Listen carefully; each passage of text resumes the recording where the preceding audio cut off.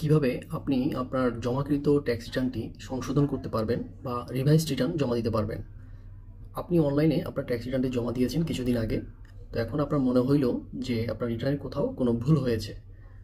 তো আপনি অনলাইনেই এই সংশোধনটা করতে পারবেন বা রিভাইজড রিটার্ন জমা দিতে পারবেন। তো আমরা সেজন্য প্রথমেই যাব ঠিক সেম ই রিটার্ন পোর্টাল, এনবিআরের ই রিটার্ন পোর্টালে যাব। সেখানে আমরা আমাদের ই রিটার্ন যে পোর্টাল, সেই ই রিটার্ন পোর্টালে আমরা লগ ইন করেছি। তো সেখান থেকে আমরা যেভাবে রিভাইজ রিটার্ন বা আগের রিটার্ন সংশোধনের জন্য যে অপশনটি, সেই অপশনটি এই যে বাম পাশে যে 3 ডট আছে, এখান থেকে আমরা সিলেক্ট করব।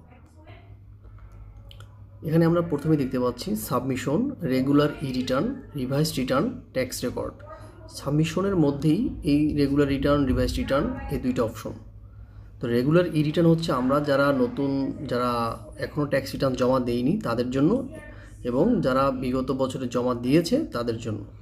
এরপরেই আমরা যেটা দেখতে পাচ্ছি সেটা হচ্ছে রিভাইজড রিটার্ন আন্ডার সেকশন 180। মানে আপনি আপনার রিটার্নে কোনো ভুল ত্রুটি করেছেন, যেটা আপনি পরবর্তীতে বুঝতে পেরেছেন, সেটা সংশোধন করার জন্য আমরা এখন যাব রিভাইজড রিটার্নে। তো রিভাইজড রিটার্নে আপনার এখানে আমাদেরকে একটা অ্যালার্ম দিবে যে you have already submitted your return under section 180। মানে আমরা অলরেডি আমাদের রিটার্ন সাবমিট করেছি। If proceed your previous regular return will be suspended permanently. মানে আমি যদি এখন প্রসিড করি, সেক্ষেত্রে আমার প্রিভিয়াস যে রিটার্নটা আমরা জমা দিয়েছি সেটা সাসপেন্ড হয়ে যাবে।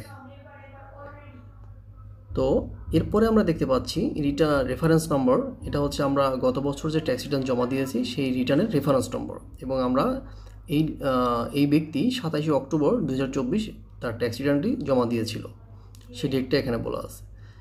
এরপর বলা আছে days left or revise return 58 days. মানে আরও 58 দিন আমি সময় পাবো এই রিটার্নটা সংশোধন করার জন্য। একটা রিটার্ন ট্যাক্স অফিসে জমা দেওয়ার পরবর্তী 180 দিনের মধ্যে তার ট্যাক্স রিটার্নটি সংশোধন করতে পারবে। তো যেহেতু এই লোক 27 অক্টোবর 2024 এই তারিখে সে রিটার্ন জমা দিয়েছে, তো আজকে পর্যন্ত, আজকে হচ্ছে 25 ফেব্রুয়ারি 2025, আজকে পর্যন্ত তার 58, মানে যে দিনগুলো চলে গেছে এরপরও হচ্ছে তার 58 দিন আরও সময় আছে এই রিভাইজ রিটার্ন জমা দেওয়ার জন্য। তো আমরা কি করব? আমরা প্রসিড করব।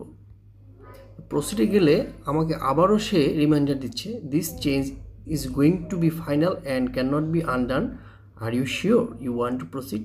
যদি আপনি প্রসিড করেন তাহলে আপনার প্রিভিয়াস রিটার্নটি পার্মানেন্টলি ডিলিট হয়ে যাবে।